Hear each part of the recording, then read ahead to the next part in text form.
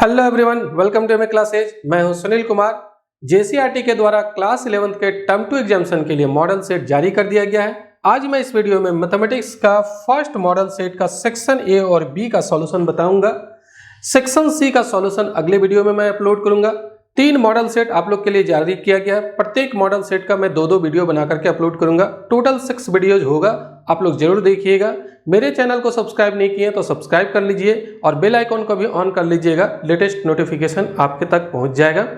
और इसका जो पीडीएफ में जो यहाँ पर सॉल्यूशन बताऊंगा, इसका पीडीएफ के लिए मेरे टेलीग्राम चैनल को ज्वाइन कर लीजिए। टेलीग्राम चैनल का लिंक डिस्क्रिप्शन में दिया हुआ है, या फिर मेरा एप्लीकेशन डाउनलोड कर सकते हैं। एप्लीकेशन का भी लिंक दिया हुआ है, वहाँ पर भी आपको पीडीएफ मिल जाएगा।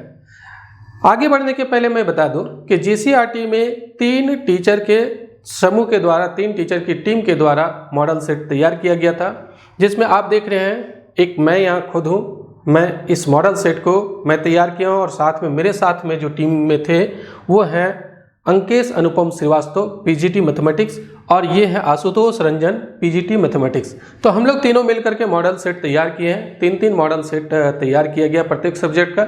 मैथमेटिक्स का भी 3 मॉडल सेट है। तो चलिए अब हम लोग शुरू करते हैं इस वीडियो को। और यहाँ पर सबसे पहला फर्स्ट क्वेश्चन ये है आपका फर्स्ट मॉडल सेट में। तो इसको देखते हैं क्या क्वेश्चन कहता है। क्वेश्चन में है कि if 1/6 plus 1/7 equal to x/8 find the value of x। ये एक इक्वेशन दिया हुआ है, इसको सॉल्व करके x का वैल्यू पता करना है। तो कैसे पता करते हैं जरा ध्यान से समझिएगा। यहाँ पर सबसे पहले सॉल्यूशन में जो क्वेश्चन दिया हुआ है उसको हम लोग लिख जाते हैं और ये एलसीएम लेकर के ऐड कर देंगे और उसके बाद सिंप्लीफाई कर लेंगे, सॉल्व कर लेंगे, x का वैल्यू निकाल लेंगे। तो कैसे एलसीएम लेंगे, देखिए एक तो फॉर्मूला फैक्टोरियल में होता है कि फैक्टोरियल n को आप लिख सकते हैं n, उससे छोटा n-1 लिखिए, इसी में फैक्टोरियल लगा दीजिए, ये रूल है। या फिर आप ऐसा कर सकते हैं, फैक्टोरियल n को लिखना है तो यहाँ पर n लिख जाइए, इससे छोटा n-1 लिख जाइए, फिर उससे भी छोटा n-2 लिख जाइए और इसमें एक फैक्टोरियल लगा दीजिए। ये और ये दोनों इक्वल हो जाएगा। तो फैक्टोरियल जो 7 है इसको हम लोग कैसे लिख सकते हैं, फैक्टोरियल 7 को लिख सकते हैं 7, इससे छोटा हम लोग 6 लिखते हैं, उसी में फैक्टोरियल लगा देते हैं, ऐसा कर सकते हैं। तो यहाँ पर वही काम करते हैं। सबसे पहला ये 1/6 रहने देते हैं और इसको लिखते हैं 1/7, उससे छोटा 6, उसी में फैक्टोरियल लगा दिया, और ये x/8 रहने देते हैं। अब ये दोनों का एलसीएम लेंगे। तो एलसीएम लेने के लिए आप लोग क्या करते हैं, मान लीजिए आपका 6 और 10 का एलसीएम लेना है, तो जो कॉमन डिवाइजर है उससे डिवाइड करते हैं। सबसे पहले 2 से डिवाइड किए, तो 2 से डिवाइड किए तो 3 आया और 5 आया। और एलसीएम लेने के लिए आप तीनों को मल्टीप्लाई कर देंगे।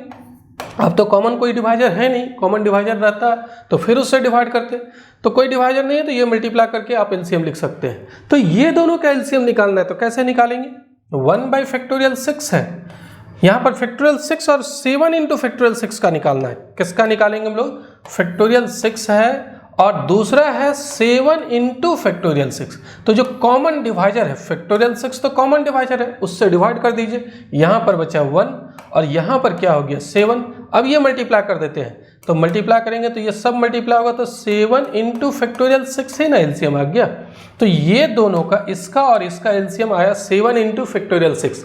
तो यहाँ पर एलसीएम आ गया 7 इंटू फैक्टोरियल 6। फैक्टोरियल 6 से डिवाइड करेंगे तो 7 बच जाएगा, तो यहाँ पर 7, और इससे डिवाइड करेंगे पूरा कट जाएगा, 1 बचेगा तो 1। और फैक्टोरियल 8 को कैसे लिखते हैं, देखिए जरा ध्यान दीजिए। फैक्टोरियल 8 को लिखते हैं 8, उससे छोटा 7, उससे छोटा 6, यहीं पर फैक्टोरियल लगा दीजिए। मैं भी बता रहा था ना, फैक्टोरियल 8 को लिखना है तो 8 लिखिए, उससे छोटा 7 लिखिए, उससे छोटा 6 लिखिए, इसी में फैक्टोरियल लगा सकते हैं, ये दोनों इक्वल होगा।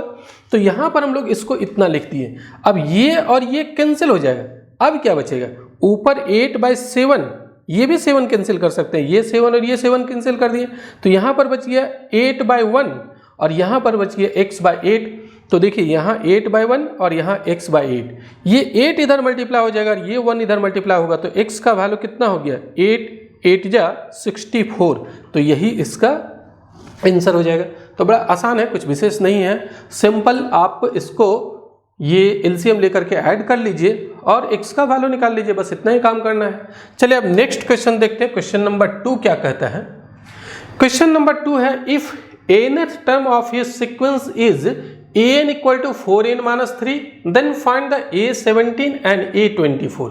यहाँ पर किसी सीक्वेंस का nth टर्म दिया हुआ है, nth टर्म है 4n माइनस 3, तो इसका 17th टर्म और 24th टर्म निकालना है।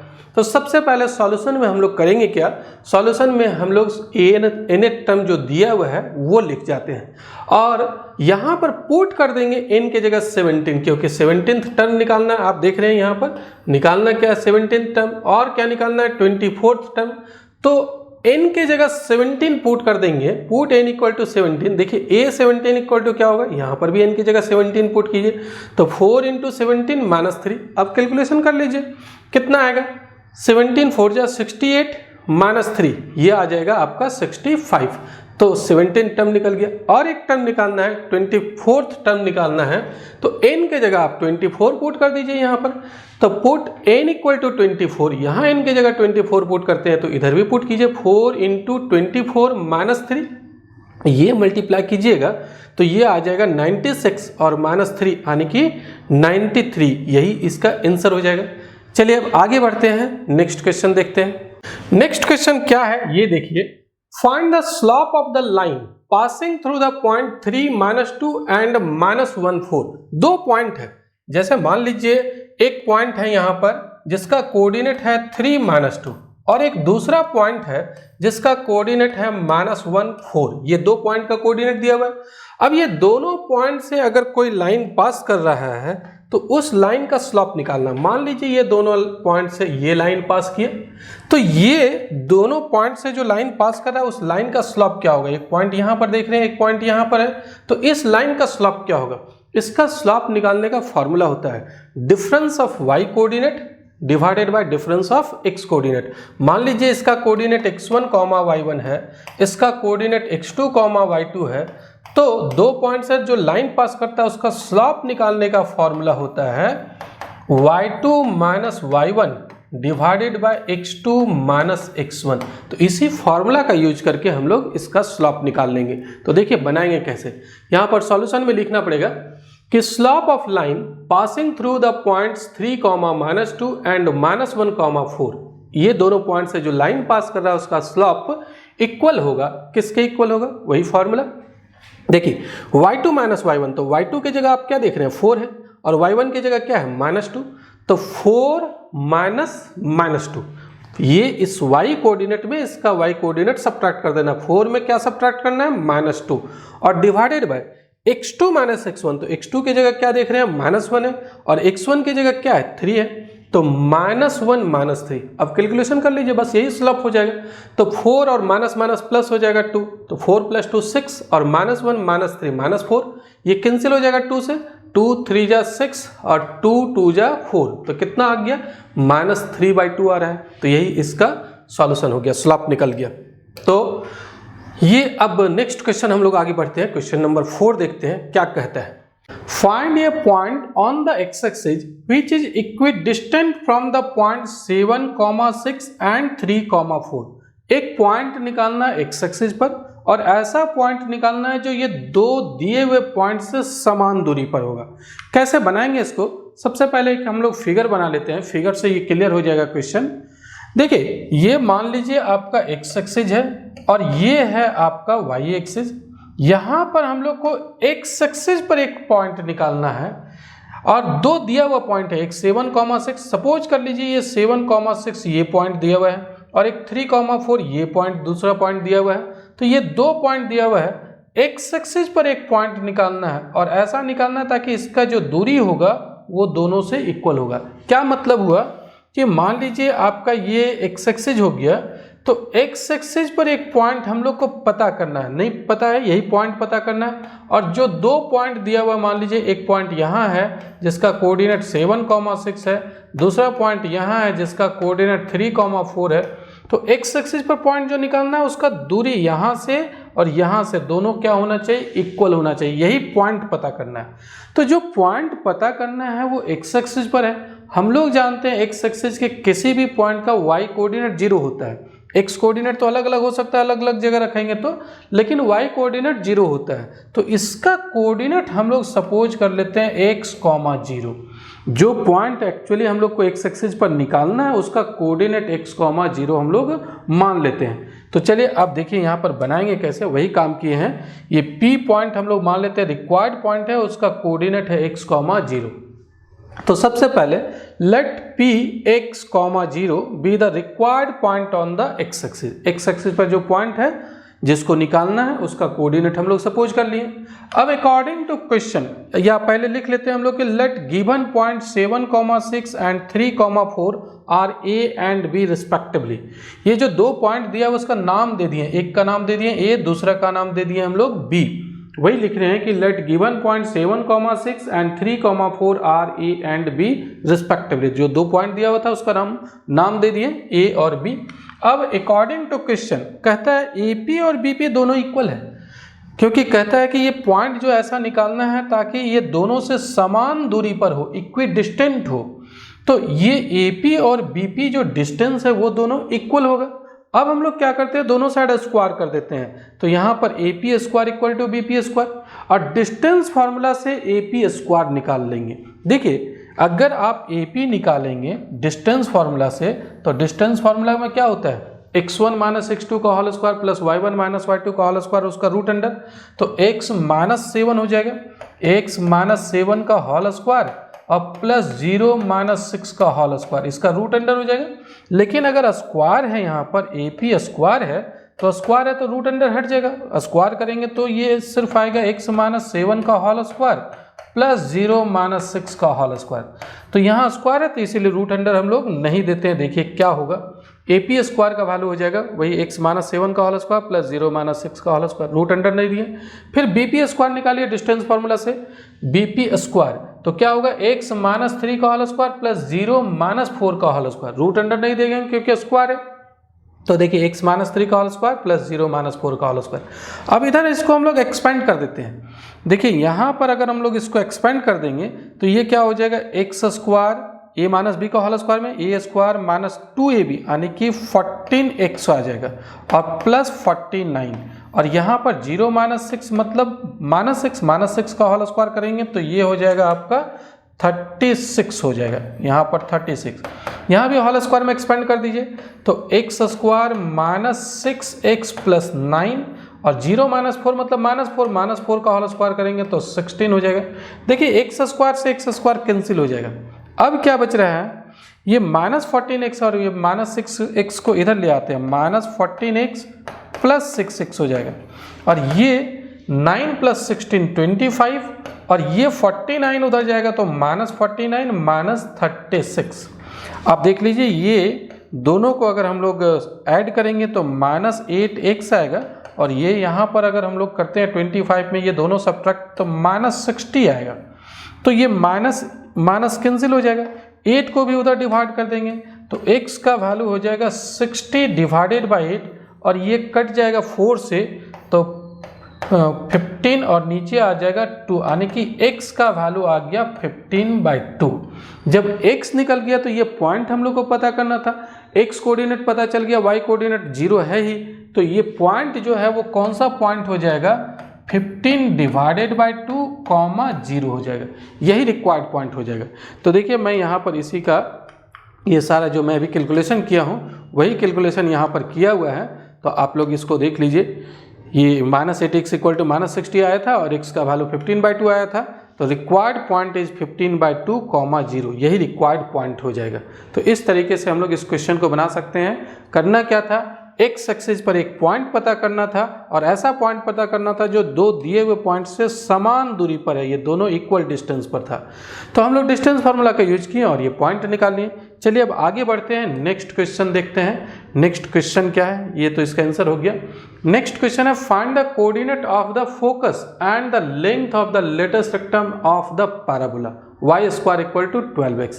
एक पैराबोला का इक्वेशन दिया हुआ है, उसका निकालना है फोकस का कोऑर्डिनेट और length of latus rectum. Parabola क्या है, ये जो है वो एक स्टैंडर्ड पैराबोला हम लोग बना रहे हैं, एक स्टैंडर्ड फिगर बना रहे हैं। ये है y square equal to 4ax, इसका स्टैंडर्ड इक्वेशन हो जाता है। ये कहलाता है वर्टेक्स, इस पैराबोला का ये वर्टेक्स कहलाता है, और फोकस होता है यहाँ पर और इस फोकस का कोऑर्डिनेट होता है a,0, ये फोकस का कोऑर्डिनेट होता है। और यहाँ से अगर आप परपेंडिकुलर ड्रॉ करेंगे, ये वाला परपेंडिकुलर, तो इसी को कहते हैं लेटस रेक्टम। और एल डैश लेटस रेक्टम की लंबाई जो होता है वो होता है 4a। तो फोकस का कोऑर्डिनेट निकालने का फॉर्मूला a,0 और लेटस रेक्टम का लेंथ निकालने का फॉर्मूला 4a। लेकिन इक्वेशन क्या है पैराबोला का, y² = 4ax। तो हम लोग का जो इक्वेशन दिया हुआ है इसको पहले इस फॉर्म में लिख लेंगे, फिर a का वैल्यू पता करेंगे। अगर a पता चल गया तो आपका फोकस भी पता चल जाएगा, लेटस रेक्टम भी पता चल जाएगा। तो देखिए यहाँ पर सबसे पहले हम लोग लिखते हैं सॉल्यूशन में कि गिवन पैराबोला इज, यहाँ पर पैराबोला दिया हुआ y² = 12x, इसको इस फॉर्म में लिखते हैं y² = 4ax के फॉर्म में। तो कैसे लिखेंगे, इस y² को तो रहने लीजिए, 12 को लिख सकते हैं ना 4 × 3 × x, 4ax के फॉर्म में आ गया। अब कंपेयर कर लीजिए, comparing above equation with the equation, किस इक्वेशन से कंपेयर कर रहे हैं, y² = 4ax से, इसी इक्वेशन से कर रहे हैं कंपेयर। तो कंपेयर कीजिएगा y² = 4ax, a की जगह कितना है यहाँ पर 3 है, तो a = 3 हो गया। और जब a पता चल गया तो आपको फोकस भी पता चल जाएगा और लेटस रेक्टम भी। तो therefore coordinate of focus of given parabola is a,0, यही फोकस होता है a,0। a का वैल्यू हम लोग को 3 है, तो इसीलिए दैट इज 3,0। और साथ में लेंथ ऑफ लेटस रेक्टम का फॉर्मूला होता है 4a, ये जो पूरा होता है लेटस रेक्टम कहलाता है और इसकी लंबाई 4a होता है। a का वैल्यू 3 दिया हुआ है तो 4 × 3 = 12 हो जाएगा। तो इस तरीके से हम लोग यहाँ पर ये जो पैराबोला दिया हुआ था उसका हम लोग निकाल लिए फोकस का कोऑर्डिनेट और साथ में निकाल लिए लेंथ ऑफ लेटस रेक्टम। बड़ा आसानी से निकाल लिए। कैसे निकालें, सबसे पहले y² जो 12x दिया हुआ था उसको हम लोग स्टैंडर्ड फॉर्म का जो इक्वेशन है उस फॉर्म में लिख गए हैं, y² = 4ax के फॉर्म में। तो 4 × 3 = 12 हो जाएगा 4ax के फॉर्म में। a का वैल्यू आपका आ गया 3, और जब a पता चल गया तो फोकस का जो फॉर्मूला होता है कोऑर्डिनेट का और जो लेंथ ऑफ लेटस रेक्टम का फॉर्मूला होता है उसमें पुट कर दिए, उससे हम लोग का ये निकल गया। चलिए अब आगे बढ़ते हैं, नेक्स्ट क्वेश्चन देखते हैं। नेक्स्ट क्वेश्चन ये है कि name the octant in which the point 1, 2, 3 and -4, -2, -3 लाई।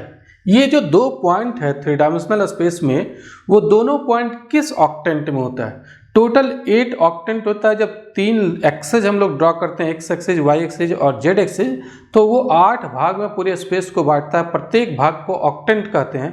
और प्रत्येक ऑक्टेंट में क्या कोऑर्डिनेट होता है, जैसे आप लोग जानते होंगे 2D में दो अगर हम लोग एक्सेज ड्रॉ करते हैं, एक्स एक्सेज और वाई एक्सेज, तो ये पूरे प्लेन को 4 भाग में बांटता है। और इस फर्स्ट भाग को, इसको कहते हैं फर्स्ट क्वाड्रेंट कहते हैं। इसको क्या कहते हैं, क्वाड्रेंट कहते हैं, फर्स्ट क्वाड्रेंट। और इसको कहते हैं सेकेंड क्वाड्रेंट, इसको कहते हैं थर्ड क्वाड्रेंट और इसको कहते हैं फोर्थ क्वाड्रेंट।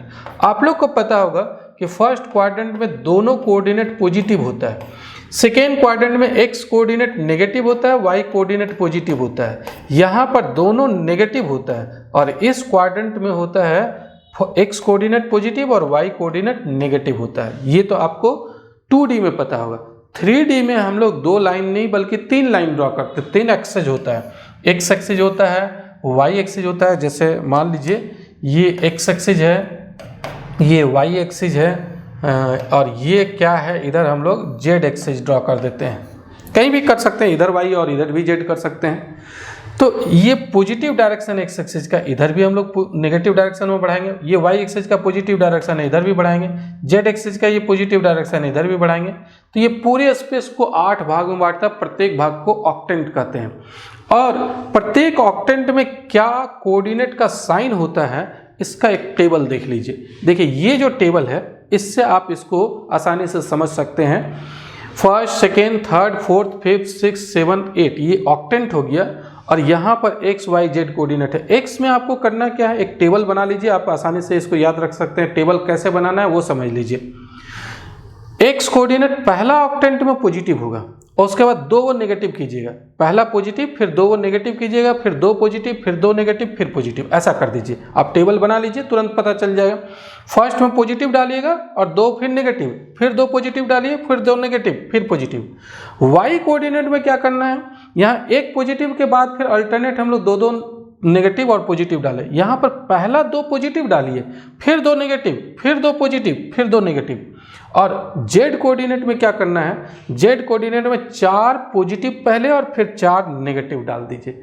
अब ये टेबल से आप पता कर सकते हैं, टेबल आप रफ में बना लीजिए। टेबल बनाना बड़ा आसान है, फर्स्ट में पॉजिटिव, फिर 2 नेगेटिव, फिर 2 पॉजिटिव, फिर 2 नेगेटिव, फिर पॉजिटिव। और यहाँ पर वाई कोऑर्डिनेट क्या होगा, 2 पॉजिटिव, फिर 2 नेगेटिव, फिर 2 पॉजिटिव, फिर 2 नेगेटिव। और जेड कोऑर्डिनेट क्या होगा, 4 पॉजिटिव, फिर 4 नेगेटिव, लास्ट वाला। अब देखिए ये जो कोऑर्डिनेट यहाँ दिया हुआ है, इस कोऑर्डिनेट का प्रत्येक कोऑर्डिनेट जो पॉइंट दिया हुआ है उसका प्रत्येक कोऑर्डिनेट पॉजिटिव है। तो प्रत्येक कोऑर्डिनेट किस में पॉजिटिव होता है, फर्स्ट ऑक्टेंट में। मतलब ये हो गया आपका फर्स्ट ऑक्टेंट का। और यहाँ पर प्रत्येक नेगेटिव है, तो प्रत्येक नेगेटिव किस में होता है देख लीजिए, प्रत्येक नेगेटिव जो है वो 7th ऑक्टेंट में है। तो ये किस में चला जाएगा, 7th ऑक्टेंट में चला जाएगा।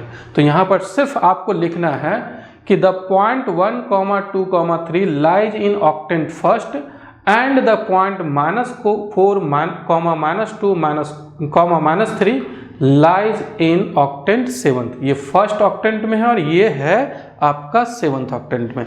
तो अगर ये पता रहे, टेबल बनाने का तरीका पता रहे, तो रफ में तुरंत टेबल बन जाएगा। और टेबल बन जाएगा उसके बाद आप ऑक्टेंट का नाम लिख सकते हैं कि किस ऑक्टेंट में ये पॉइंट है। चलिए अब आगे बढ़ते हैं, नेक्स्ट क्वेश्चन देखते हैं। नेक्स्ट क्वेश्चन ये है, ये coin is tossed repeatedly until ये head comes up, what is the simple space for this experiment. क्या कहता है, एक कॉइन है, एक सिक्का जो है, उसको बार बार टॉस कीजिए, बार बार टॉस कीजिए, तब तक टॉस कीजिए जब तक हेड नहीं आ जाए, अंटिल ये हेड कम्स अप। तब तक टॉस करना है जब तक हेड नहीं आ जाता है।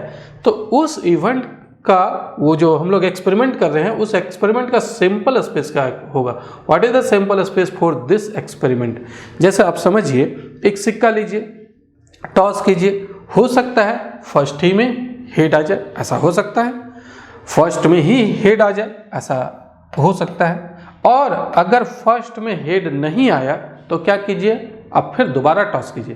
फर्स्ट में हेड आ गया तो वहीं छोड़ देना है, जहां हेड आया आपको वहीं छोड़ देना है। लेकिन अगर हेड नहीं आता है, मान लीजिए आपका टेल आ गया, तो फिर दोबारा टॉस करना पड़ेगा। और तब तक टॉस करना है जब तक हेड नहीं आता है। तो दोबारा टॉस करने पर अब 2 पॉसिबिलिटी होता है, 2 पॉसिबिलिटी होता है। मान लीजिए आप फर्स्ट बार जब टॉस किए तो हो सकता है फर्स्ट बार टॉस किए तो हो सकता है आपका हेड ही मिल जाए, ये पॉसिबिलिटी हो गया। लेकिन अगर फर्स्ट में हेड नहीं मिला, अगर टेल मिला, तो यहाँ पर फिर 2 पॉसिबिलिटी हो जाएगा। क्या 2 पॉसिबिलिटी होगा, या तो हेड मिलेगा या टेल मिलेगा। अगर हेड मिल गया, दूसरा बार टॉस किए हेड मिल गया तो वहीं छोड़ देना है। लेकिन अगर हेड नहीं मिला तो फिर टॉस करेंगे, तो फिर टॉस करेंगे तो 2 पॉसिबिलिटी यहाँ पर आएगा, या तो हेड आएगा या टेल आएगा। मतलब अगर दूसरा बार में हेड नहीं मिला, मान लीजिए दूसरा बार में टेल मिल गया, पहला भी टेल दूसरा भी टेल, तो फिर तीसरा बार टॉस करेंगे, तीसरा बार हेड मिल सकता है या फिर टेल मिल सकता है। टेल मिलेगा तो फिर क्या करेंगे, टेल मिलेगा तो फिर से टॉस करेंगे। अब चौथा बार जो है वो हेड मिल सकता है या फिर टेल मिल सकता है, हेड मिलेगा तो वहीं छोड़ देंगे। और अगर टेल मिला तो फिर हम लोग टॉस करेंगे, चौथा बार टेल मिला तो फिर टॉस करेंगे, तो हेड मिल सकता है या फिर टेल मिल सकता है। तो इस तरीके से ये कंटिन्यूस जाएगा। तो यही पॉसिबिलिटी हो सकता है, ये सारे जितने वो पॉसिबिलिटीज हो सकता है वो सभी का एक सेट बना लीजिए, वही सिंपल स्पेस हो जाता है। तो देखिए सिंपल स्पेस क्या होगा, the simple space S is given by, simple space को एस से डिनोट करते हैं। तो या तो शुरू में ही हेड मिल जाएगा, या पहला टेल मिलेगा तो दूसरा में हेड मिलेगा, या 2 टेल मिलेगा तो तीसरा में हेड मिलेगा, या 3 टेल मिलेगा तो चौथा में हेड मिलेगा। 3 टेल फिर चौथा में हेड। यहाँ पर एक छूट गया है, क्या छूटा है, 2 टेल और हेड होगा। यहाँ पर मैं सुधार देता हूँ, ये मैं यहाँ पर लिख देता हूँ, ऐसे तो वहाँ लिखा हुआ है ही, मैं इसको हटा दे रहा हूँ और ये थोड़ा सा यहाँ पर गलत हो गया है, तो मैं यहाँ पर लिख देता हूँ। हो सकता है आपको पहला में हेड मिले, दूसरा में, या पहला में अगर टेल मिलता है तो दूसरा में हेड, या 2 टेल उसके बाद हेड, या 3 टेल मिलेगा, 3 बार टेल मिलेगा फिर हेड मिलेगा, या 4 बार टेल मिलेगा और उसके बाद हेड मिलेगा। और ये कहाँ तक जाएगा, जब तक हेड नहीं आ जाए तब तक करना है, मतलब ये इन्फिनिटी तक चला जाएगा। डॉट डॉट कर दीजिए, आगे इन्फिनिटी तक जा सकता है।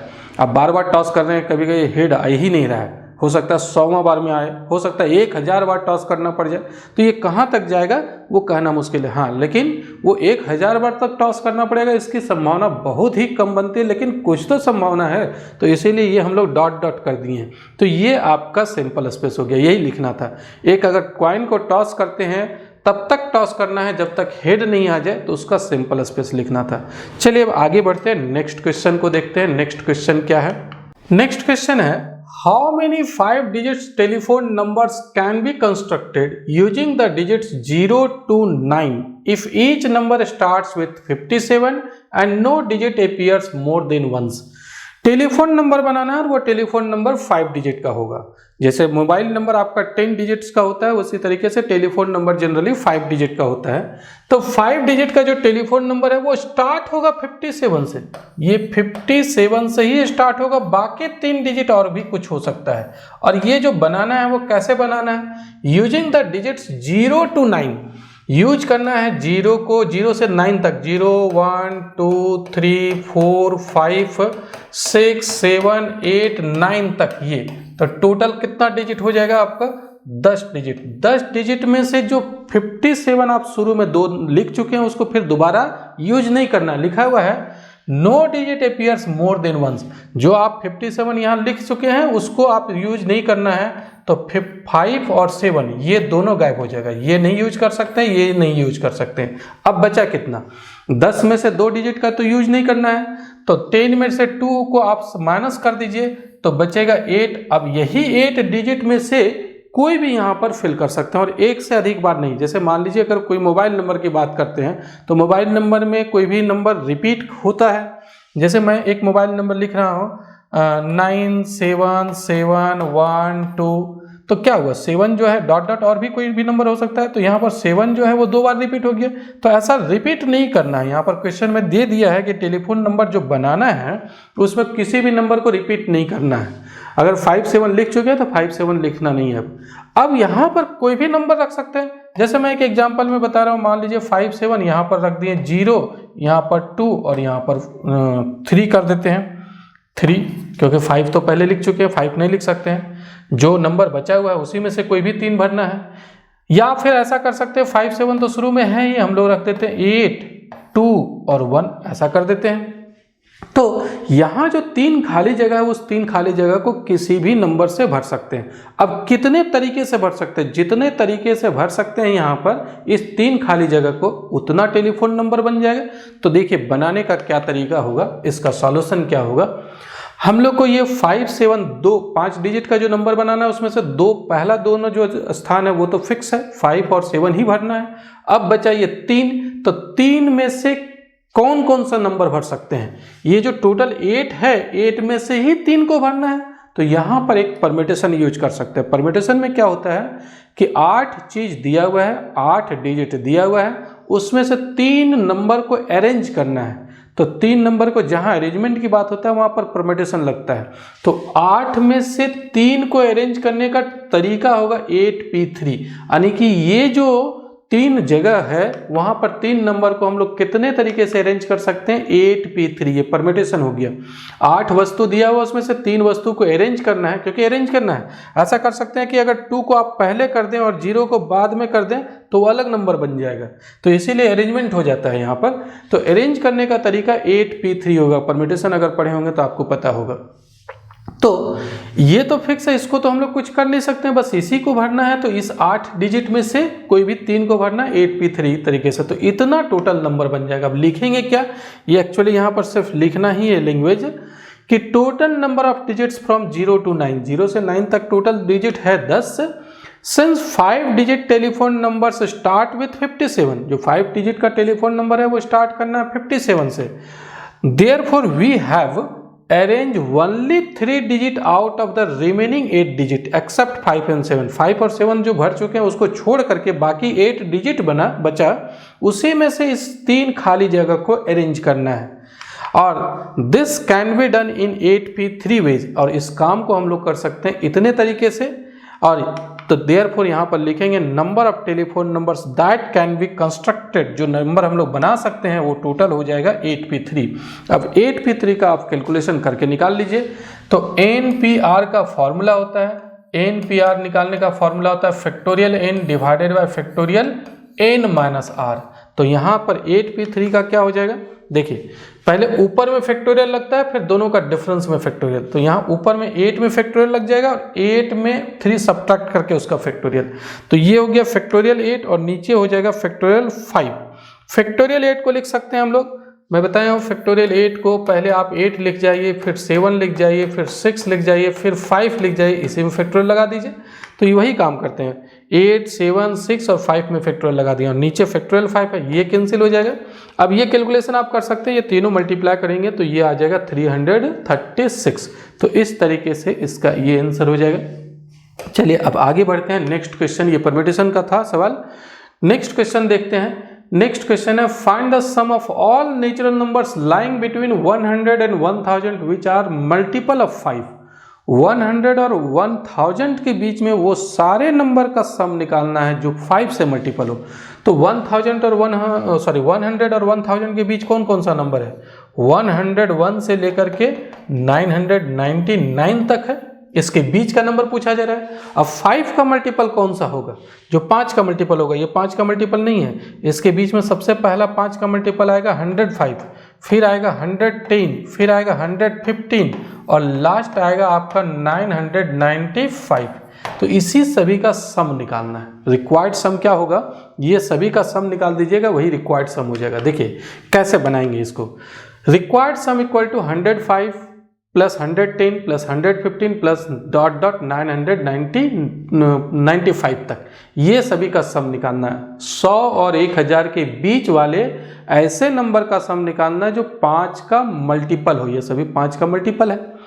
अब ये आप जब देखेंगे इस सीरीज को तो ये अरिथमेटिक सीरीज है।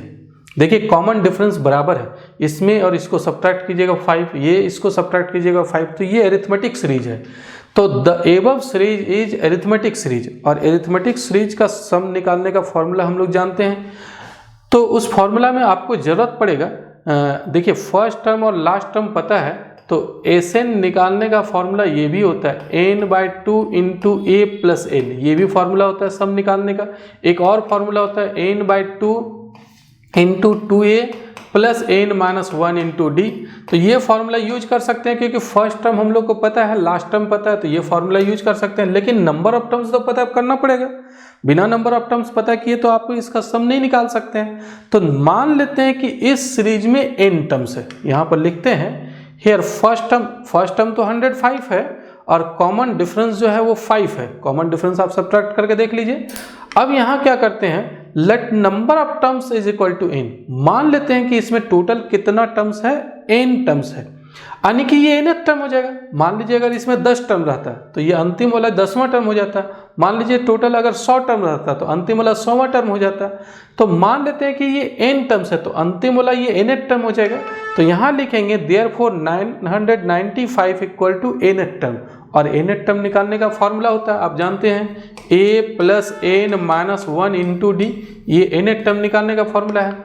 तो यहाँ पर 995 equal to nth term a plus n-1 into D. a का वैल्यू पता है, a का वैल्यू देख रहे हैं आप 105 है, और d का भी वैल्यू पता है, d का वैल्यू 5 है। तो यहाँ a का वैल्यू पुट कर देते हैं, ये 995, a का वैल्यू 105 और d का वैल्यू 5। ये आप उधर सब्ट्रैक्ट कर दीजिए, उधर सब्ट्रैक्ट करेंगे तो आपका कितना आ जाएगा, 890 आ जाएगा। और यहाँ n-1 इंटू 5, ये 5 से आप कैंसिल कर दीजिएगा, n-1 का वैल्यू निकल जाएगा, 5 से कट जाएगा। ये आप देखिए 5 1 जा 5 और 39, 5 7 जा 35 और 5 8 जा 40, ये 178 आ जाएगा। 1 को उधर ले जाएंगे तो आपका वैल्यू आ जाएगा, 1 उधर जाकर के ऐड हो जाएगा, इनका वैल्यू 179 हो गया। तो नंबर ऑफ टर्म्स तो हम लोग को पता चल गया। अब जब नंबर ऑफ टर्म्स पता चल गया तो इस फॉर्मूला का यूज करके इसका हम लोग सम निकाल लेंगे। तो क्या होगा सम, देखिए मैं यहाँ पर बता रहा हूँ।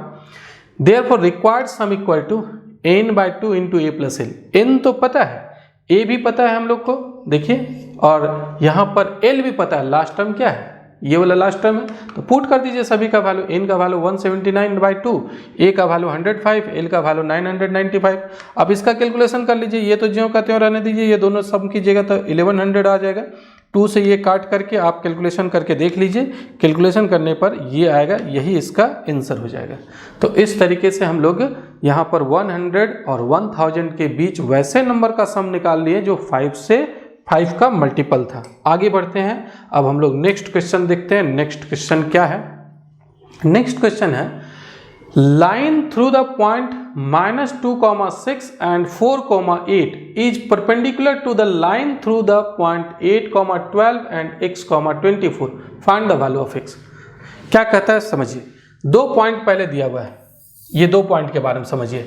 एक पॉइंट है -2,6 और दूसरा पॉइंट है 4,8। ये दोनों को मिलाने वाला जो लाइन है, line through the point this and this, ये परपेंडिकुलर है। किस पर परपेंडिकुलर है? देखिए परपेंडिकुलर इस पर है, ये इस लाइन पर परपेंडिकुलर है। ये 2 पॉइंट है, एक है 8,12 और दूसरा पॉइंट है x,24। ये 2 पॉइंट को मिलाने वाला जो लाइन है और ये दोनों पॉइंट को मिलाने वाला लाइन है, ये दोनों एक दूसरे पर परपेंडिकुलर है। तो x का वैल्यू निकालना, find the value of x। कैसे निकालेंगे समझिए, बड़ा आसानी से निकाल सकते हैं, कुछ विशेष नहीं है। सबसे पहले हम लोग क्या करते हैं, let m1 equal to slope of line through the point a -2,6 and b whose coordinates are 4, 8। ये मान लीजिए a पॉइंट और ये मान लीजिए b पॉइंट। इस पॉइंट को a नाम दे देते हैं, इस पॉइंट को b नाम दे देते हैं। इस लाइन का स्लोप को हम लोग क्या कह रहे हैं, m1। इस लाइन का स्लोप को m1, ए बी लाइन का स्लोप, मतलब ये दोनों पॉइंट को मिलाने वाला जो लाइन बन रहा है उसका स्लोप को m1 और m2 मानते हैं इसका। m2 slope of line through the point c 8,12 and d x,24। ये मान लीजिए c है और ये है d, तो इस लाइन का जो स्लोप है m2 मान लेते हैं। ये लाइन का m1 और ये लाइन का m2। तो लाइन का स्लोप निकाल सकते हैं, अगर 2 पॉइंट से पास करता है तो उस लाइन का स्लोप निकाल सकते हैं। कैसे निकालेंगे देखिए, m1 कैसे निकालेंगे, difference of y coordinate divided by difference of x coordinate. तो 8 - 6, यहाँ 8 - 6 होगा, ये यहाँ 8 - 6 होगा और यहाँ पर कौन सा कोऑर्डिनेट है देखिए, तो 8 - 6, हाँ ठीक है वही है, और डिवाइडेड बाय 4 - -2, 4 - -2, तो 8 - 6 कितना हो गया, 8 - 6 आ रहा है 2 और यहाँ पर आ रहा है 6। अब ये कितना हो जाएगा 1/3, ये 1/3 हो जाएगा। तो यहाँ पर थोड़ा सा मिस्टेक था, 8 - 6 यहाँ ठीक है, लेकिन यहाँ पर देखिए क्या हुआ है, यहाँ पर थोड़ी सी गलती ये हुई, 8 - 6 होगा ये, बाकी 8 - 6 2 ही आएगा, 2/6 1/3 हो गया। अब उसके बाद m2 कैसे निकालेंगे, m2 निकालेंगे this minus this, y coordinate का डिफरेंस 24 - 12 और डिवाइडेड बाय x - 8। 24 में 12 को सब्ट्रैक्ट करते हैं तो 12 डिवाइडेड बाय x - 8। अब ये दोनों लाइन एक दूसरे पर परपेंडिकुलर था ना, जो 2 लाइन अभी हम लोग बात कर रहे थे दोनों एक दूसरे पर परपेंडिकुलर था, और 2 लाइन अगर परपेंडिकुलर है तो दोनों का स्लोप का प्रोडक्ट -1 होता है। तो यहाँ पर लिखेंगे since line AB is perpendicular to line CD therefore m1 cross m2 equal to -1। अब क्या करेंगे हम लोग, m1 का वैल्यू 1/3 है, m2 का वैल्यू ये है, दोनों पुट कर देंगे। m1 का वैल्यू 1/3, m2 का वैल्यू 12 डिवाइडेड बाय x - 8। यहाँ से आप सिंप्लीफाई कर लेंगे, देखिए 3 से तो कैंसिल हो जाएगा, ये 3 से कैंसिल हो जाएगा, कितना हो जाएगा 4, तो यहाँ पर आ जाएगा 4 और ये इधर मल्टीप्लाई कर देते हैं, यहाँ पर माइनस है, -x - 8। अब -x को आप उधर ले जाइए, 4 को इधर ला सकते हैं, तो देखिए -x उधर जाएगा पॉजिटिव, 4 इधर आएगा, तो ये +8 है और 4 सब्ट्रैक्ट करेंगे, 8 में 4 सब्ट्रैक्ट करने पर 4 आ गया, तो x का वैल्यू निकल गया 4, यही आंसर हो जाएगा। हम लोग को क्या निकालना था, x का वैल्यू निकालना था। तो ये दोनों लाइन को मिलाने वाला, ये दोनों लाइन जो मिला रहे थे a और b, और ये दोनों लाइन को जब मिला रहे थे c और d, दोनों एक दूसरे पर परपेंडिकुलर था, तो कोऑर्डिनेट पता था इससे, इसका स्लोप निकाल लिए, इसका कोऑर्डिनेट पता था, इसका स्लोप निकाल लिए, दोनों परपेंडिकुलर था तो दोनों का स्लोप का प्रोडक्ट हम लोग क्या कर दिए -1, और इसका यूज करके हम लोग क्या कर लिए, निकाल लिए x का वैल्यू। तो इस तरीके से इस सवाल को भी बड़ा आसानी से बना सकते हैं, आसान क्वेश्चन है। नेक्स्ट क्वेश्चन देखते हैं 11 नंबर। यहाँ पर इक्वेशन ऑफ लाइन, एक लाइन का इक्वेशन दिया हुआ, कहता है find its slope, x intercept and y intercept. क्या मतलब हुआ, देखिए अगर कोई लाइन है मान लीजिए ऐसा लाइन है, सपोज कीजिए ये लाइन है, ये एक्स एक्सिस है और ये वाई एक्सिस है, ये ओरिजिन है। तो यहाँ जो एंगल बनाता है, मान लीजिए थीटा एंगल बनाया एक्स एक्सिस के पॉजिटिव डायरेक्शन में, तो टेन थीटा को हम लोग कहते हैं स्लॉप, यही स्लॉप होता है।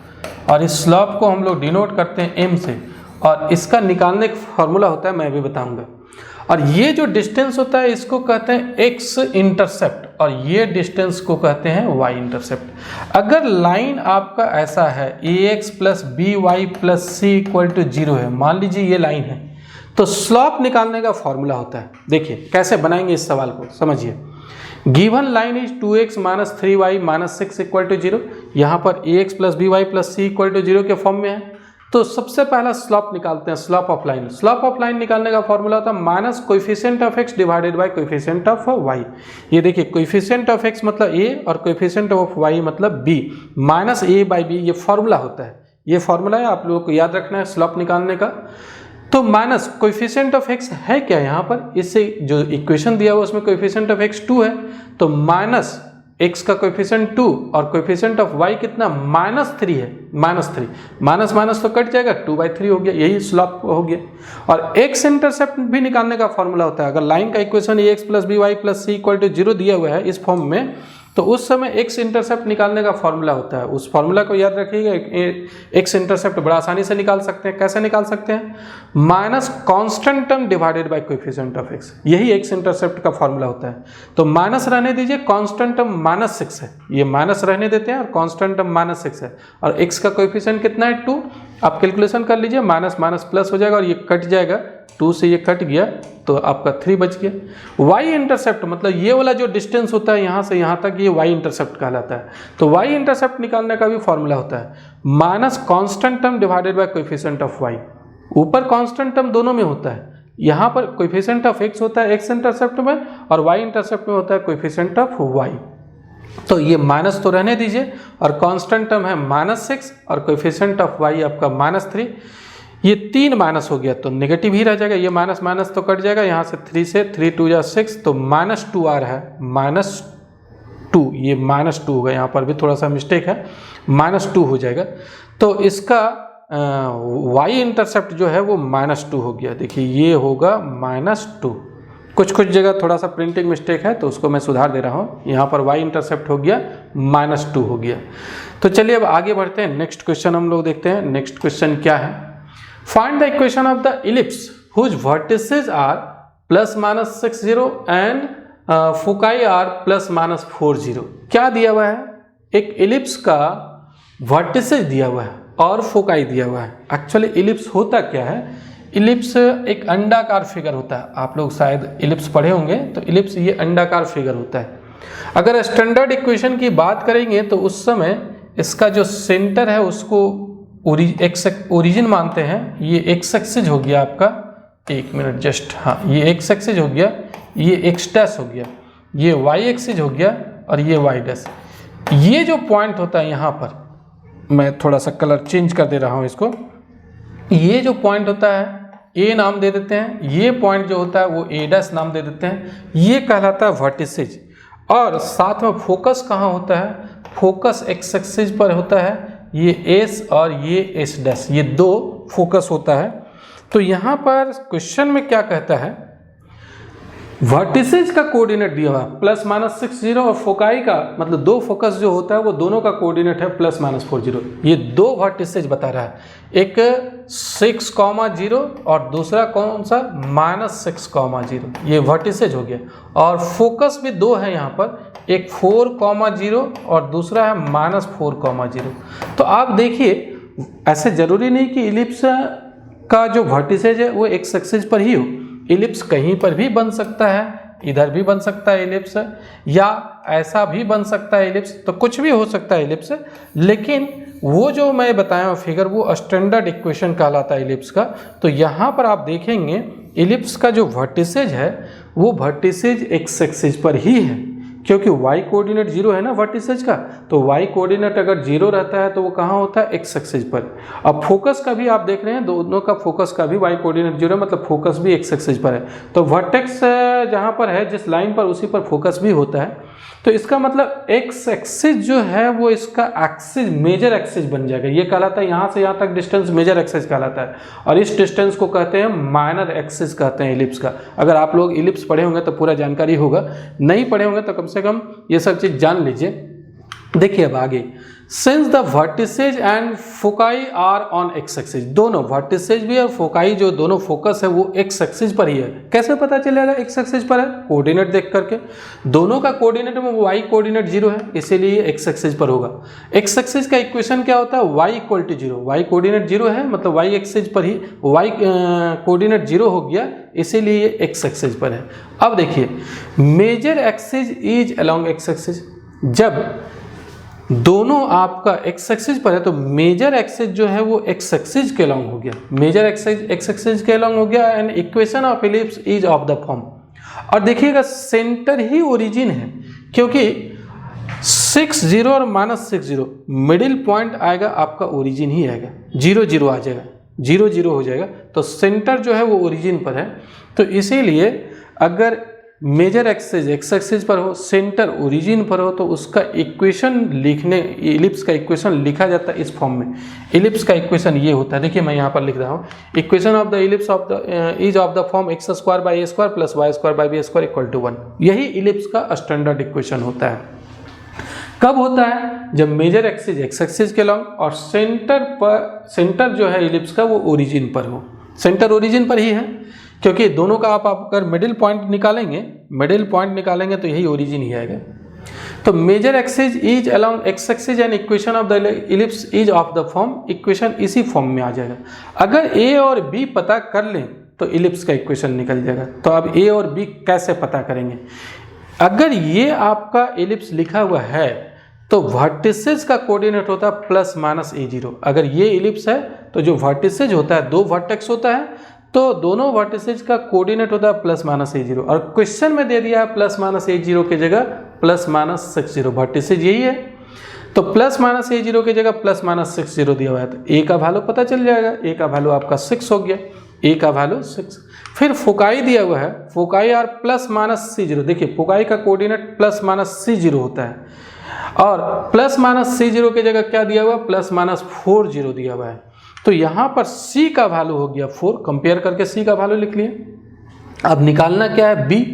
एक्चुअली a और b पता कर लेंगे तो इक्वेशन निकल जाएगा इलिप्स का। तो a तो खैर पता चल गया, b नहीं पता चला है। यहाँ पर फोकाई का कोऑर्डिनेट से हम लोग को c पता चला है, तो b निकालने का फॉर्मूला होता है, देखिए एक रिलेशन होता है a b c के बीच में, c² = a² - b² होता है इलिप्स में। अब b² को आप उधर ले आइए, c² को इधर ले आइएगा, तो यहाँ से निकल जाएगा। देखिए c का वैल्यू यहाँ पर 4 है, तो 4², a का वैल्यू है 6, तो 6², 6 का होल स्क्वायर। देखिए क्या प्रिंटिंग मिस्टेक है, यहाँ पर 36 हो जाएगा, ये 36 और -b²।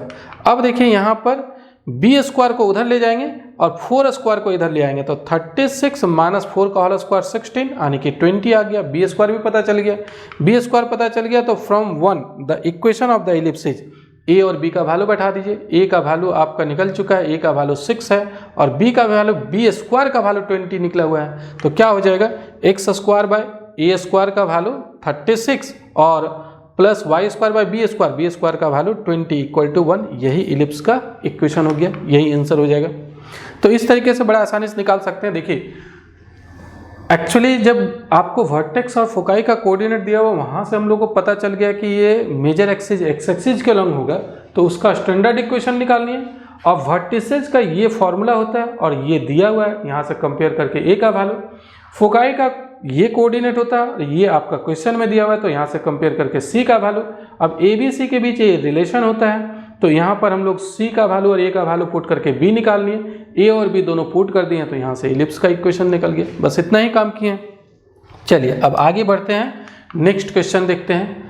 So that the point this this and this, ये 3 पॉइंट है, 3 डायमेंशनल फिगर, 3 डायमेंशनल कोऑर्डिनेट है। यहाँ पर 3 कोऑर्डिनेट दिया हुआ, मतलब ये स्पेस का पॉइंट हो गया, तीनों point are the vertices of an isosceles triangle. ये प्रूव करना है कि ये तीनों एक आइसोसेलेस ट्राइंगल का वर्टिसेज है, मतलब समद्विबाहु त्रिभुज का ये तीनों वर्टिसेज है। तो कैसे प्रूव करेंगे जरा समझिएगा। 3 पॉइंट जो दिया हुआ है हम लोग को, मान लीजिए एक नाम दे देते हैं ABC। एक का कोऑर्डिनेट आपका क्या है, 0 है, 7 है, -10 है। दूसरा का कोऑर्डिनेट क्या है, 1 है, 6 है, -6 है। और तीसरा का कोऑर्डिनेट क्या है, 4 है, 9 है, -6 है। अब ये प्रूफ क्या करना है, प्रूफ करना है कि ये एक आइसोसेलेस ट्रायंगल का वर्टिसेज है, मतलब एक समद्विबाहु त्रिभुज का ये तीनों शीर्ष बिंदु है। तो कैसे पता करेंगे, डिस्टेंस फार्मूला से डिस्टेंस निकाल लेंगे तीनों का। अगर 2 इक्वल हो गया तो आइसोसेलेस हो जाएगा, समद्विबाहु त्रिभुज हो जाएगा। तो चलिए देखिए यहाँ पर सॉल्यूशन में सबसे पहले let given point this and एक छूट गया, एक ये पॉइंट है, एक ये पॉइंट है, बीच वाला छूटा हुआ है। तो वो तीनों पॉइंट जो है वो ABC रिस्पेक्टिवली है, ठीक है। नाउ AB निकाल लीजिए, डिस्टेंस फार्मूला से AB निकाल लीजिए। कैसे निकालेंगे, मान लीजिए AB निकालना है तो कैसे निकालेंगे, 1 - 0 का होल स्क्वायर प्लस 6 - 7 का whole square plus -6 minus plus 10 हो जाएगा। देखिए 1 - 0 का होल स्क्वायर प्लस 6 - 7 का होल स्क्वायर -6 प्लस 10, क्योंकि इसमें इसको जब सब्ट्रैक्ट करेंगे तो ये प्लस हो जाएगा, प्लस 10 का होल स्क्वायर। तो डिस्टेंस फार्मूला से आप AB निकाल लीजिए। कैलकुलेशन तो आप लोग कर सकते हैं, देखिए यहाँ पर कैलकुलेशन किया हुआ है, आप देख लीजिएगा उसको। इसी तरीके से फिर क्या निकाल लेंगे, फिर BC निकाल लेंगे। ये आपका A मान रहे हैं, इसका नाम B मान रहे हैं, इसका नाम C दिए हैं, तो BC निकाल लेंगे। तो BC भी ये आपका √18 आ रहा है, √18 को 3√2 लिख सकते हैं। फिर BC निकाल लेंगे कोऑर्डिनेट से, डिस्टेंस फार्मूला से, 4 - 1 का होल स्क्वायर, फिर 9 - 6 का होल स्क्वायर, -6 माइनस प्लस 6 का होल स्क्वायर। इसका आप कैलकुलेशन कर लीजिए, ये तो आसान है। तो ये भी आपका आ रहा है, यही सेम आ रहा है 3√2। फिर आपको क्या निकाल लेना है, AC निकाल लेना है। AC भी डिस्टेंस फार्मूला से निकाल लीजिए, ये कैलकुलेशन कर सकते हैं। ये कैलकुलेशन करने के बाद आपका आ रहा है 6। तो देखिए ये 2 इक्वल आ गया, AB और BC इक्वल आ गया। AB का जो वैल्यू आ रहा है और BC का वैल्यू आ रहा है इक्वल है, AC जो है वो अलग है। तो यहाँ पर clearly AB equal to BC not equal to AC। तो जो ट्राइंगल बना उसमें से 2 साइड तो इक्वल आ गया, AB और BC इक्वल आ गया, इसीलिए hence the triangle ABC is an isosceles triangle. ये एक आइसोसेलेस ट्राइंगल हो गया। ये 3 वर्टेक्स जो दिया हुआ था वो आइसोसेलेस ट्राइंगल का वर्टेक्स हो गया। अब चलिए हम लोग लास्ट क्वेश्चन देखते हैं B सेक्शन का। तो लास्ट क्वेश्चन क्या है, that is point ABC are the vertices of isosceles triangle. Last में इसको लिख दीजिएगा, यही प्रूव करना था हम लोग को। तो लास्ट क्वेश्चन ये है, 2 cards are drawn at random from a pack of 52 cards, find the probability that both the cards are of red colour और दे आर क्वीन। देखिए आगे बढ़ने के पहले मैं बता दूं कि सारा मॉडल सेट का सॉल्यूशन मेरे YouTube चैनल पर मिल जाएगा। और सबसे पहले मेरे YouTube चैनल को आप लोग सब्सक्राइब कर लीजिए, बेल आइकॉन को भी ऑन कर लीजिएगा, ताकि जब मैं अपलोड करूंगा उसको तो आपको नोटिफिकेशन मिल जाएगा। और इस वीडियो को पसंद आ रहा है तो ज़रूर लाइक कीजिए। जब यहाँ तक देख रहे हैं तो ज़रूर आपको समझ में आ रहा होगा, पसंद आ रहा होगा तब ज़रूर लाइक कीजिए और कमेंट करके ज़रूर बताइएगा कि ये वीडियो आपको कैसा लग रहा है। चलिए अब ये क्वेश्चन मैं यहाँ पर बता रहा हूँ। 2 cards are drawn at random from a pack of 52 cards. देखिए प्लेइंग कार्ड्स के बारे में जानकारी होना चाहिए। अगर प्लेइंग कार्ड्स के बारे में जानकारी नहीं है तो फिर ये सब क्वेश्चन समझना मुश्किल होगा। प्लेइंग कार्ड से रिलेटेड मैं एक वीडियो बनाया हूँ जो आई बटन में ऊपर मिल जाएगा, आप आई बटन पर जाकर के देख सकते हैं। उससे प्लेइंग कार्ड्स के बारे में पूरा डिटेल बताया हूँ। अगर आप नहीं जानते हैं तो प्लेइंग कार्ड्स के बारे में पता चल जाएगा। आई बटन ऊपर में आ रहा है, उसको आप क्लिक करके देख सकते हैं। यहाँ पर टोटल 52 कार्ड्स जो प्लेइंग कार्ड्स होता है उसमें से 2 कार्ड निकाला गया है। 2 cards are drawn at random, अच्छा मतलब एट रैंडम निकाला गया है 52 कार्ड्स में। Find the probability that both the cards are of red colour और दे आर क्वीन। दोनों रेड कलर का हो या फिर क्वीन हो, और क्वीन या तो रेड कलर का हो या क्वीन हो, इसका क्या प्रोबेबिलिटी है। मैं बता चुका हूं कि अगर आपको कार्ड के बारे में जानकारी नहीं है तो ये सब क्वेश्चन समझ में नहीं आएगा, इसीलिए कार्ड के बारे में जानकारी होना चाहिए। मैं उम्मीद करता हूं कि कार्ड के बारे में जानकारी होगा। तो चलिए देखिए इस क्वेश्चन को कैसे बनाएंगे। Out of 52 cards 2 cards can be drawn in 52 C2 ways. 52 total cards जो होता है उसमें से कोई भी 2 कार्ड निकालेंगे तो टोटल कितना तरीका हो जाएगा, कॉम्बिनेशन यूज होगा 52 C2 तरीका से। इतने तरीके से निकाल सकते हैं। ये कॉम्बिनेशन में क्या होता है, n वस्तु दिया हुआ है उसमें से r वस्तु को अगर सेलेक्ट करना है तो n से r तरीके से सेलेक्ट कर सकते हैं। मान लीजिए 3 नंबर दिया हुआ है, 1 है, 2 है और 3 है। इसमें से 2 नंबर सेलेक्ट करना है, तो 2 नंबर सेलेक्ट करना है तो हम लोग 1 और 2 सेलेक्ट कर सकते हैं, 1 3 सेलेक्ट कर सकते हैं या 2 3 सेलेक्ट कर सकते हैं। तो 3 तरीका हुआ। तो इसी को 3 तरीका जो है इसको हम लोग कहेंगे कॉम्बिनेशन में कि इतने तरीके से सेलेक्ट कर सकते हैं 3C2 और 3C2 का वैल्यू 3 ही आएगा। तो इतने तरीके से हम लोग सेलेक्ट कर सकते हैं। तो ये 52 कार्ड्स है टोटल, उसमें से 2 कार्ड को सेलेक्ट करना है, इतना तरीके से सेलेक्ट कर सकते हैं। तो out of 52 cards 2 cards can be drawn in 52C2 ways. ये कॉम्बिनेशन का यूज करते हैं हम लोग यहाँ पर। अब if S is the simple space, मान लीजिए एस सिंपल स्पेस है, जितने भी तरीके से कोई भी एक्सपेरिमेंट को कर सकते हैं, एक्सपेरिमेंट को करने से जो भी रिजल्ट मिलता है सारे रिजल्ट के सेट को हम लोग सिंपल स्पेस कहते हैं। तो सिंपल स्पेस में नंबर ऑफ एलिमेंट कितना हो जाएगा, 52C2 हो जाएगा। Consider the following events. अब यहाँ पर 2 इवेंट अलग अलग कंसिडर करते हैं। एक इवेंट ये है 2 cards drawn are both red card. जो 2 कार्ड निकाले हैं, अब वो 2 कार्ड तो कुछ भी हो सकता है, तो दोनों रेड कार्ड ही हो, इस घटना को ए मान रहे हैं। और बी मान रहे हैं 2 cards drawn are both queen. दोनों जो कार्ड निकाले वो दोनों क्वीन हो जाए, दोनों बेगम हो जाए, इस घटना को हम लोग मान लिए बी। अब ए में कितने एलिमेंट हो सकते हैं, मतलब अगर 2 कार्ड निकालें तो दोनों रेड हो, इसकी संभावना, मतलब इसकी संभावना तो बाद में निकालेंगे, लेकिन इसमें कितने एलिमेंट हो सकते हैं वो पता करते हैं। तो टोटल 52 में से 26 रेड होता है, 26 रेड 26 ब्लैक होता है। तो जो 26 रेड है उसमें से कोई भी 2 चूज करेंगे तो ये घटना घट जाएगा। तो देखिए नाउ यहाँ पर पी ए निकालते हैं, पी ए यानी ए घटना का प्रोबेबिलिटी, दोनों रेड होने का प्रोबेबिलिटी, तो N A divided by N S. और एन ए में कितना एलिमेंट होगा, मतलब दोनों कार्ड रेड हो इसका प्रोबेबिलिटी, तो उसका एलिमेंट कितना हो जाएगा, 26C2 हो जाएगा। 26 रेड में से कोई भी 2 सेलेक्ट करते हैं तो रेड ही आएगा। और सिंपल स्पेस में तो हम लोग अभी देख चुके हैं 52C2। अब ये कैलकुलेशन कर सकते हैं, इसका कैलकुलेशन करने के बाद ये आएगा। कैसे कैलकुलेशन कीजिएगा मैं यहाँ पर बता दे रहा हूँ, यहाँ पर मैं क्लियर कर दे रहा हूँ। 26C2 है और डिवाइडेड बाय 52C2 है, तो इसका फॉर्मूला होता है फैक्टोरियल 26 बाय फैक्टोरियल 2 इंटू इसमें इसको सब्ट्रैक्ट करके 24, और नीचे क्या होगा factorial 52 divided by factorial 2 into factorial 50 आ जाएगा, ये सब्ट्रैक्ट करके। तो देखिए ये फैक्टोरियल 26 को लिखते हैं 26 उससे छोटा, 24 उससे छोटा, सॉरी यहाँ पर थोड़ा सा गलत हुआ है, 1 मिनट रुक जाइए, मैं बता रहा हूँ। यहाँ पर ऐसा करते हैं, फैक्टोरियल 26 को लिखते हैं 26 उससे छोटा 25 उससे छोटा 24, यहाँ पर फैक्टोरियल लगा दीजिए, और नीचे फैक्टोरियल 2 रहने दीजिए, यहाँ पर भी फैक्टोरियल 24 रहने देते हैं। ये फैक्टोरियल 52 को लिखते हैं 52 उससे छोटा, 51 उससे छोटा 50, उसी में फैक्टोरियल लगा दीजिए, और नीचे हो जाएगा फैक्टोरियल 2 इंटू फैक्टोरियल 50। क्यों यहीं पर छोड़ें, ताकि ये और ये कैंसिल हो गया, यहाँ पर छोड़े तो ये कैंसिल हो गया, फैक्टोरियल 2 से फैक्टोरियल 2 कैंसिल हो जाएगा। अब 26 दूना 52, यहाँ से ये कैंसिल हो जाएगा, तो ऊपर आ गया आपका 25 और नीचे आ रहा है 102, तो वही आया कैलकुलेशन करके। तो कैलकुलेशन इस तरीके से कर लीजिएगा, मैं एक बताया हूँ, दूसरा कैलकुलेशन जो होगा वो इसी तरीके से आप लोग कर लीजिएगा।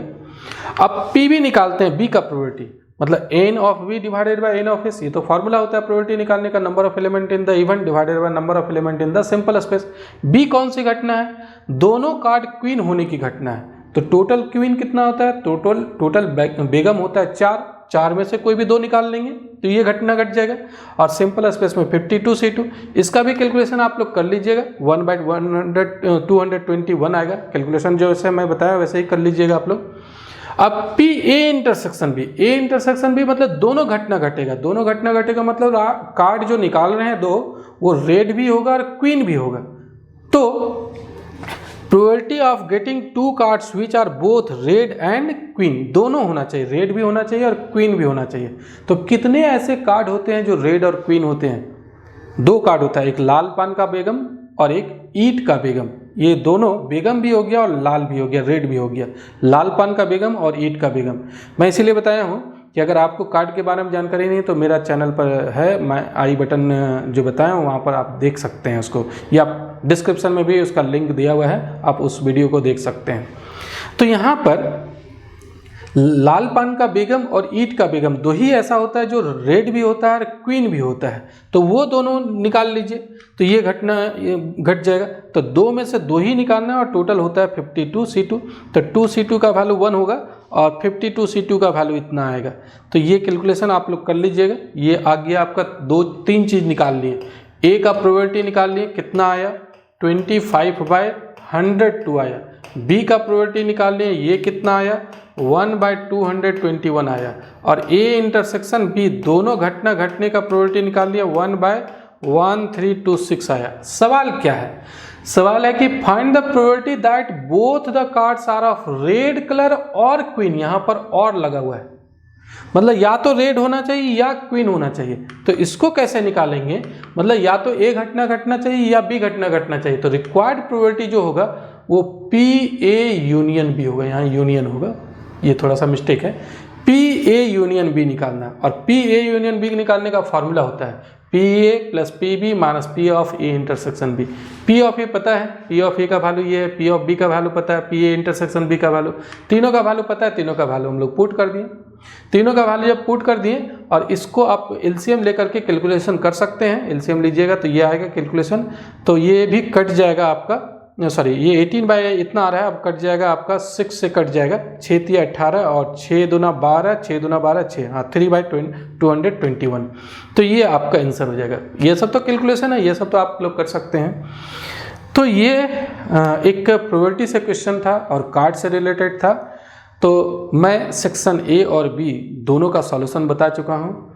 अब सेक्शन सी का जो सॉल्यूशन है वो नेक्स्ट वीडियो में आएगा। ये वीडियो आपको कैसा लगा आप लोग ज़रूर कमेंट करके बताएंगे, ताकि आपका जो कमेंट होता है, आपका जो लाइक होता है, वही से हम लोग को एनर्जी मिलती है। तो निश्चित रूप से आप ज़रूर कमेंट करेंगे और फ्रेंड्स के साथ इस वीडियो को ज़रूर शेयर करेंगे, ताकि ज़्यादा से ज़्यादा लोग इस वीडियो को देख करके फ़ायदा उठा सकें। और उम्मीद करता हूँ आपको सारी चीज़ें समझ में आ गई होगी। नहीं समझ में आएगा तो आप कमेंट करके भी मुझे बता देंगे।